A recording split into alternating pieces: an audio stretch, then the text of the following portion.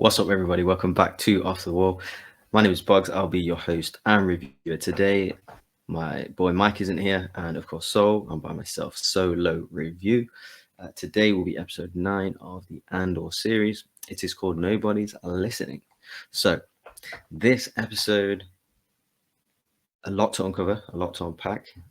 So, my favorite things in this episode were definitely to do with the prison stuff. Cassian, what happened with his involvement with his team, and of course the spoilers, the death of the Olaf character. Obviously he's an elderly guy. He struggled to keep up kind of with the line and everything, and obviously the reveal of all the people on level 2 that have died. That was definitely engaging, and obviously what happened with the turn of Andy Serkis's character in helping, in telling them how many kind of guards there were. That was definitely, the last 3 to 5 minutes were definitely a favorite, definitely the best part of the episode. It definitely upped a couple of levels, to be honest, for me, if I was to rank the episode, let's say. Other than that, I got to be honest, for me, it was a really slow, kind of dull episode. I am interested in this series to see where it goes. Obviously, set in a super interesting time, when the empire is at its full strength. And sorry, that was the second thing that I really liked. Seeing the ruthlessness of the empire and absolute ease and dismissal of beings, and how they are simply able to just click their fingers and kill people. In terms of right at the start with Miro, and the Bix stuff. Where they wanted to hang, of course, one of Bix's friends, and then going on to later on where they want to kill that pilot, with Mira again, and she also elects to have these people killed, like such a dismissal. And of course, with the prison stuff, having over 100 of the prisoners killed. So I believe that the things that they're making, because they haven't, of course, stated it yet, is going to be leading towards the Death Star. Which is why they're killing these, because they want to keep that top secret.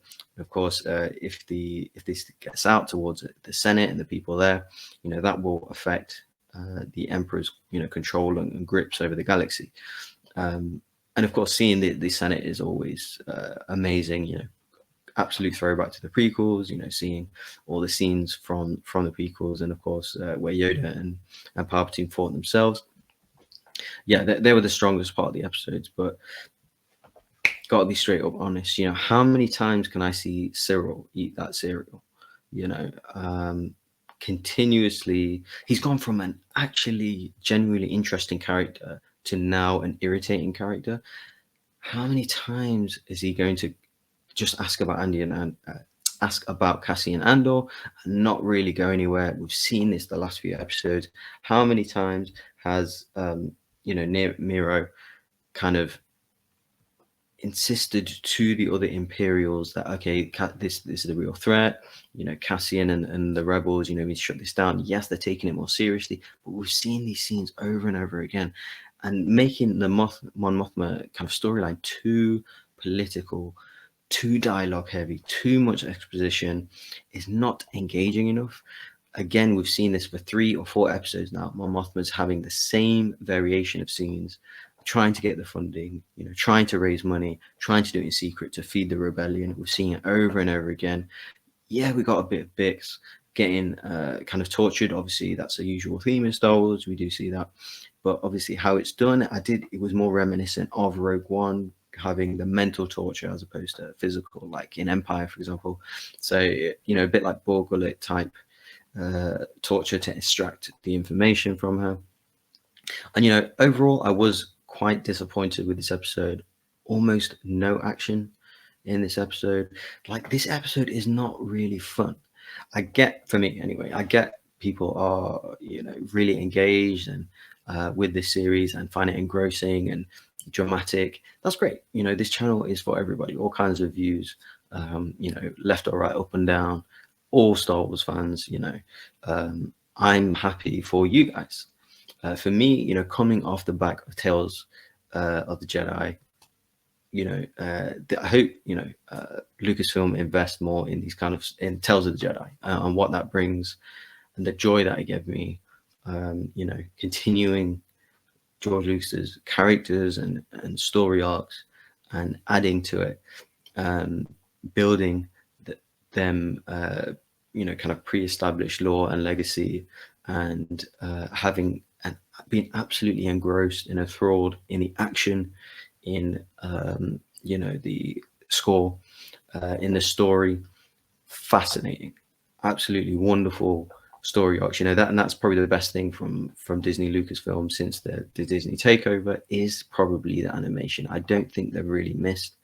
Resistance was you know was probably their biggest miss, but apart from that, they've been absolutely wonderful, quite frankly, with the animation. And Shark Dave Filoni is running that, so an absolute wonderful series that had me quite emotional and enthralled, as opposed to Andor, which is really slow. I am interested still, because obviously it's made really well. From the set design, the costume, the effects. They have established somewhat interesting characters, but it's really slow paced. Quite disappointed. I did think it would.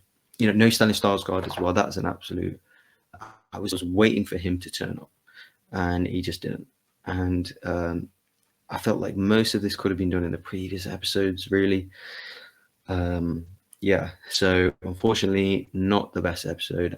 I know people are really liking it, but this isn't quintessential Star Wars for me. This feels like a Blade Runner type show with Star Wars words in it. And I love Blade Runner, but just the story arcs that they're telling. And I get why they're doing the fast-paced editing, jumping from character to character, trying to do the whole maybe Game of Thrones style storytelling.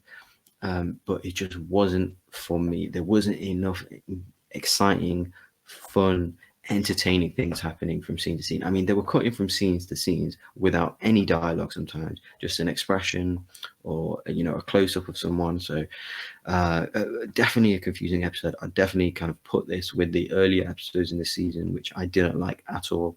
So I'd kind of put it in episode 1 and 2. A bit of a disappointment, to be perfectly honest, but definitely interested to see where the story goes.